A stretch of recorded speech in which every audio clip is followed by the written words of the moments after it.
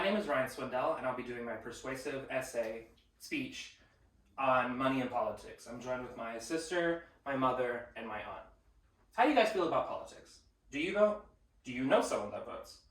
Odds are that you know someone or you voted for a politician that directly doesn't have your beliefs in line, but instead the beliefs of the super PAC, corporations, and lobbyists that got them elected.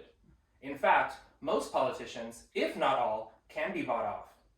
And I'm here to explain to you how money in politics is a corrupting influence, how real change will not happen in politics without its removal, and third, alternatives to the current financial system that we use in our election cycles.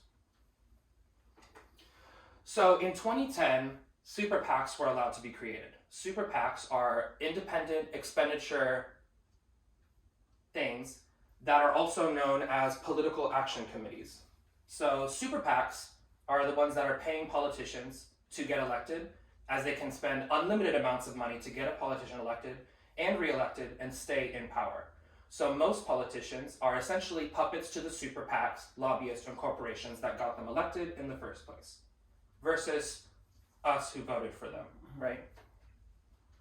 So for example, the NRA last election cycle spent $8,735,548 on all conservative politicians.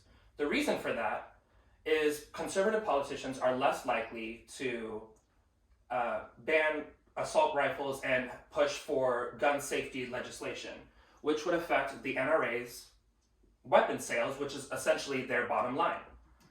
Let's frame this question a little differently.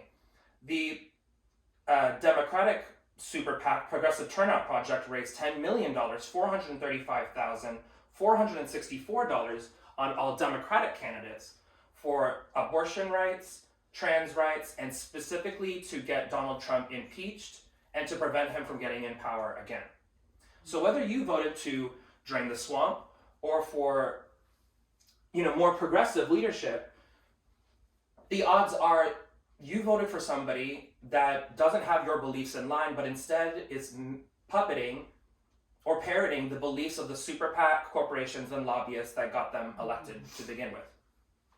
Let's talk about something that all Americans can deal with: taxes. So TaxAct, TurboTax, and a lot of these other companies have been spending money with their super PACs and lobbyist powers to prevent free taxes for the American people. Essentially what has happened is they are allowed for the past 20 years to they've been waging a war essentially to make sure that we don't get free taxes or free tax filing. The IRS knows when you're not paying your taxes, and they know when you're not paying your taxes, but they still make money to charge you to do your own taxes for you. The reason for this is super PACs and lobbyists that benefit the company Intuit, which is the company that owns TaxAct, has been paying millions and millions of dollars to politicians to make sure that free tax systems are not available to the American public. And they actually have made it into a multi-billion-dollar industry. And this is all because of the super PACs. So now that I talked about how money is corrupting power in politics and how true change can't happen without the money being removed from politics, I'd like to talk to you about differences in the current financial system that we use. I believe that grassroots movements, which caps all money being donated to politicians at $200, is beneficial for everybody, and banning super PACs, lobbyists, and corporations from essentially getting the same power to vote through finances that we do. In fact, corporations and lobbyists and super PACs are essentially immortal entities that are allowed to pay anything they want to get certain politicians elected that may not benefit the people that got them elected to begin with. So no money for politicians. Another argument they would say is, without super PACs, how do politicians get elected? How would they get elected? Where would the money come from?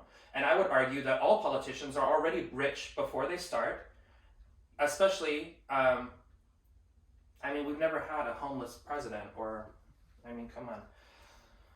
So now that I talked about a new system for our finances, I'd like to leave you with a quote by Oscar Ameringer. Politics is the subtle art of taking votes from the poor and campaign funds from the rich and promising both to protect them from each other. Ban super PACs.